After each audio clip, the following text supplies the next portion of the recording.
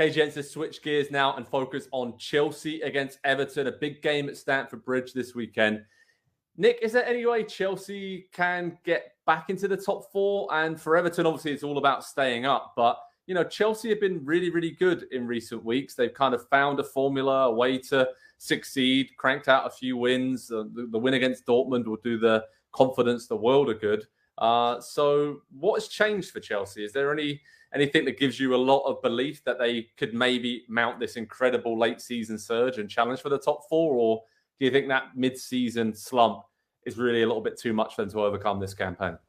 I'm glad that that's the other option you gave me, because I actually think Chelsea might be figuring it out, but it's just probably too late. It's probably too late. They looked so good against Dortmund. And as I watched Real Madrid yesterday, I know Liverpool didn't have much hope going into the game, but that was methodical. They're a very good tournament team, much like Liverpool has been. And when I see Rudiger back there and realize that Chelsea had to change everything it was doing of its own accord. I mean, it was their decision. I think maybe they're figuring it out, but I could see them getting. Look, they're a match in hand from being ahead of Fulham. Then there's Brentford and Brighton and Liverpool, but then to say, all right, also Newcastle and Tottenham, that's a lot of points. So if we were starting from zero, I would tell you, sure. But the one thing I'll say for them and why I won't rule them out is in making sure I was right about that Havertz goal being in the final against Man City and looking it up real quick.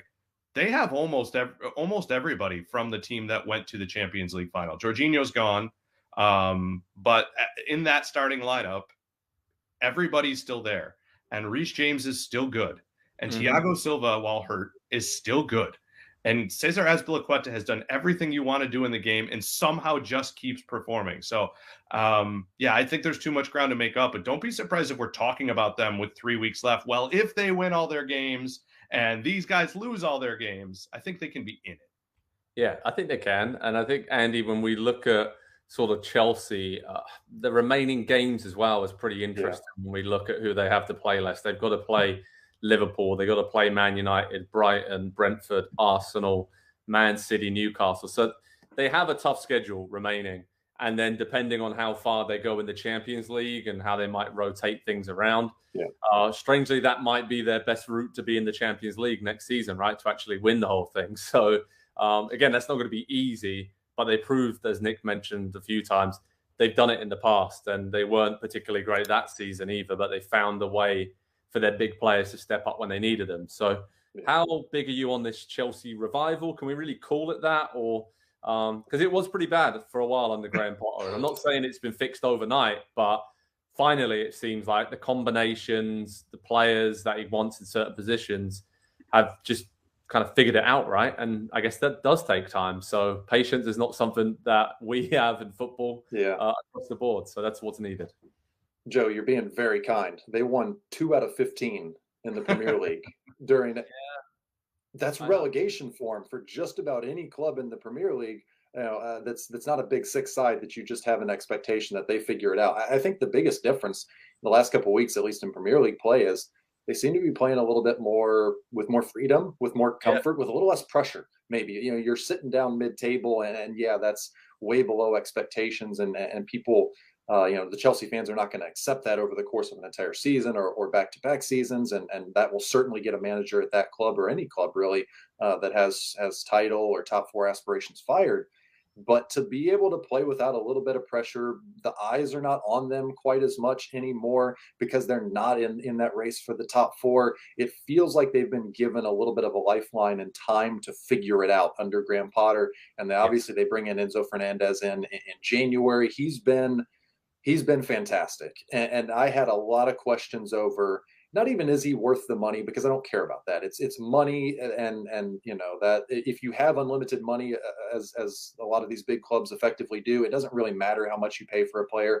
But it was just about how much was going to be expected of him to be a 22, 23-year-old, come into that team and immediately from day one fix them. And I don't think he's quite done that. But what he has been able to do is settle in and turn himself into a really, really good two-way player in the Premier League within about a half a dozen dozen appearances. And that is a lot more than I expected to see from him. And so I think you give him the benefit of the rest of the season. Maybe N'Golo Kante is back next season. Maybe he's not. Maybe you find the long-term replacement for him, and you have something to really build around for that team. And I know that that's crazy to say, given all the money that they spent, especially in January and even going back to the summer, but it feels like there is a plan in place now, and it's not just scattershot the way that it was, during the transfer windows and the way that it has been at Chelsea for quite some time. You know what? They're still not prolific, are they? But at least they're giving themselves a chance to just win games, 1 or 2-0, because defensively they have improved a lot. To be fair to Graham Potter, we did see that at Brighton a lot, right? Just keeping the ball, possessing it. They would rarely get hammered, would rarely give up cheap goals, and we're seeing that again at Chelsea. So they figured that out, laid the foundations, and now we're really starting to see, against Leicester. Yeah, Leicester are struggling, but you had Kovacic, João Felix, you have all these great attacking players, Sterling, etc., just buzzing around and being rotated in and out of the lineup, and it's working. Whatever they're doing right now, it's working. So I don't think Chelsea will finish in the top 4, but I wouldn't be surprised if come the end of the season they were in the top 6 and they recovered. If you actually look at the points, and again, I mentioned a lot of the teams they've got to play against are all around them. So those are 6 pointers there. And I don't know if you're Chelsea, though, if you'd rather not be in Europe next season, like they did under Antonio Conte in the past, and had less games. Graham Potter could really build that identity and spend time on the training ground more so next season. So we'll wait and see for that. Nick, a word on Everton. Obviously, they beat Brentford last time out. They're out of the bottom 3 heading into this weekend. I mean, the midfield runners are key, right? Because Sean Dyche has realised Calvert-Lewin obviously isn't fit. We need a way of scoring goals. And Decore, Iwobi, Onana, Damari Gray up there, they've been excellent in sort of just bursting forward from midfield, getting crosses into the box. And that's where they've decided their goals are going to come from in this relegation battle. And of course, like any Sean Dyche team, very well organised. They have 3 1-0 home wins so far, and that's got them out of the bottom 3. Do you think they can stay there? And do you think they're going to cause a bit of a shock at Chelsea this weekend? Ooh, I don't know about that. I don't know about that part at Chelsea, but I do think they'll stay out of the bottom 3. I think Sean Dyche, Andy and I remember having this discussion on the show. Is he the right guy for now? Yeah. Is he the right guy for the future? I don't know. Are we sitting here in October, November? But Andy, again, we said this was going to be a word on Everton, so maybe reserve this for a later date. There are parts of me that can talk myself into this being what happened with David Moyes in the early 2000s. And for those of us who have come to the game, or for those of you out there who have come to the Premier League maybe a little bit later than that, it was never a big score there. It was a team effort. It was Tim Cahill and Beattie and Johnson and Yakubu maybe was the one year that right. But Fellaini, it was never stars. Yeah. And so if he recruits the right guys, now that this year they can actually potentially buy someone, I can a little bit talk myself into there being a plan for the longer term. Unless they're delusional. They might be delusional. Yeah, it's not the same Premier League it was back then, 1. And 2, the big thing you said there is if they buy the right guys. And they have a very, very deep history for many years now of buying all of the wrong guys, buying big names, buying expensive players. If they had the recruitment strategy of, say, a Brentford who will, probably this summer move on 2 or 3 players that a couple of years ago before they came up to the Premier League, nobody in the world had ever heard of. They'll move them on for $100 million this summer combined, and they'll reinvest that in 4, 5, 6 players who, in a couple of years' time, they will move on for $200 million.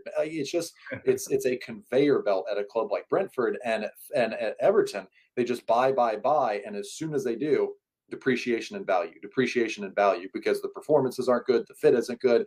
Now, maybe if you've got a manager that you believe in long-term in place, then you can buy players that actually fit a system. But to your point, Nick, the question over, is Sean Dyche the right guy to put a system into place beyond keeping them up and avoiding relegation from there's just all of these different factors conflict against one another. And then to want me to believe that they can all just magically find a way to work together, I can't do it. Yeah. I think it's a bit harsh on Sean Dyche. He took Burnley to the Europa League, and I think he's proved with very limited resources. In a very different Premier League, though. It's very different now. Yeah, but I'm just saying that I'm not saying it's happening. There's a chance, Joe. Like there is a chance that he could be the guy. And I'm a big Dyche guy. So yeah, so am I. I think he's done a great job, and that's what I said. I think you guys maybe are being a bit harsh, Andy, on Sean Dyche's long-term viability. I think he's the perfect fit for Everton, and if he's given anywhere near or half the amount of money they've already spent over the last 4 or 5 years, he is a very good judge of character when it comes to signing players. We saw that at Burnley. He just had to be, and I think he's going to bring that to Everton. So my prediction for this weekend, though, is less positive for Everton. I think Chelsea will win. I'm going to go 2-0. Nick, do you agree with that? Something like that sounds right? Yeah, I was going to go 3-1, but I could see a shutout. Andy? Yeah, 1-0. I think it'll be kind of a grinded-out win for Chelsea. There you go. We'll wait and see. But head over to Pro Soccer Talk on NBCSports.com for the latest on Chelsea against Everton, how to watch information, preview, analysis during and after the game, and, of course, video highlights. We'll have you covered on all things from Stamford Bridge. Hi there, I'm Rebecca Lowe, studio host for NBC's coverage of the Premier League. Don't forget to hit subscribe to watch more videos all season long. For even more Premier League content, from original series to live matches, head over to Peacock and be sure to tune in for Premier League mornings every weekend on USA Network and on Peacock. We will see you over there.